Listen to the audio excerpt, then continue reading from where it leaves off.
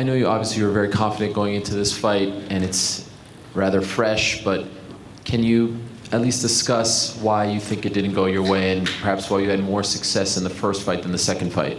I had more success in the first fight because both of us were going in there not knowing what each other's strengths were. This time we went in there more cautious. He was more intelligent this time.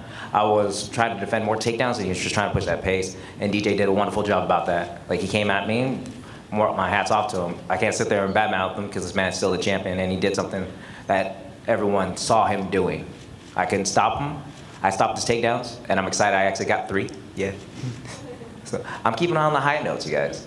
Like I might not have been the champion, but in my eyes, I sat there and improved from the last time that we, me and him fought. Both of us have evolved, and we've shown that. We've shown that he has more aggressive power coming at me, and he landed a lot more shots to my face. I look like a monster. I look like Dos Anjos.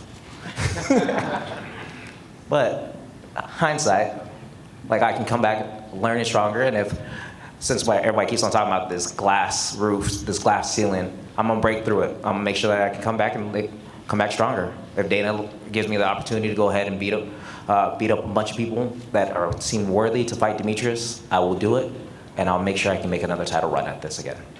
Since that first fight, you've said at these press conferences, multiple fights, we'd bring up John's name, you would get a little agitated, you would talk about new challenges, new opponents. Now that you've beat him twice, is it extremely satisfying that you probably don't have to hear that question for a long time? Yeah, I would say so, and especially how much he was saying about I was a player, I'm a boring fighter, and all that stuff. So for me, I don't really get to me emotionally, but I know each time we would have a stare down, I could feel the emotions coming from him. So, that fight's behind me. It was a great fight. Me and Dodson went out there and we had a good fight, and I wanted to make sure I pushed him and make him work. And now it's on to the next one. That's how I look at all my fights.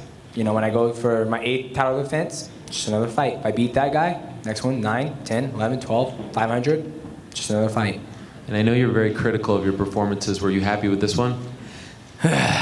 Yeah, there are a couple things I was doing, but like he said, my coaches really try to grain in me, like, whatever you do in this sport, you're wrong. So each time, he did a really good job of defending the clinch, so each time he did that, he would gas. Like, I knew after the first round, I can tell that he was really starting to work. Each time I kept the pressure on him, I didn't really jump on him. The first time I fought him, Matt was like, dude, you're being way too impatient. Just be patient, keep the distance on him, and throw the right hand. And then after the rounds, Matt was like, dude, you're way faster than him. That right hand's landing. Just keep making him work. So it was a good fight, but I had to go home and watch it. And there's some stuff. My ultimate goal was to finish him. Like, I knew I had the cardio to finish him, but I just couldn't get to that point. So it looked like you and John sort of exchanged some words, had some things to say after the fight. Do you care to share what was said? Yeah, I just walked up and said, hey, congratulations. Congratulations on being a father. It's the best thing that's ever going to happen to you in the world. And I said, even though you talk shit about me, I respect you as a man. And that was it. You've been active as a champion. You've said one of the things you want to do is be the most active champion. You're sort of left right now without an immediate challenger.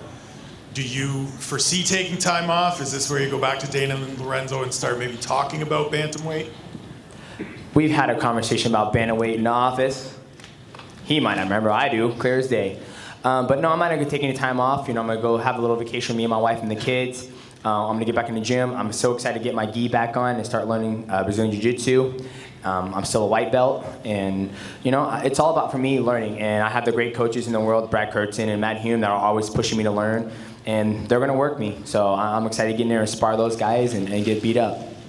And Dana, for you, just in regards to what's next for DJ, obviously can't make it any fight announcements or anything now, but he sort of has started to clean out this division, and 2 wins over Dodson, 2 over Joe Benavidez. Do you start looking at maybe, one-off fights at bantamweight and giving him a different challenge, or do you just keep kind of promoting the next flyweight up? Yeah, there's always a contender, man, and we are working on something right now. And when it happens, you'll agree.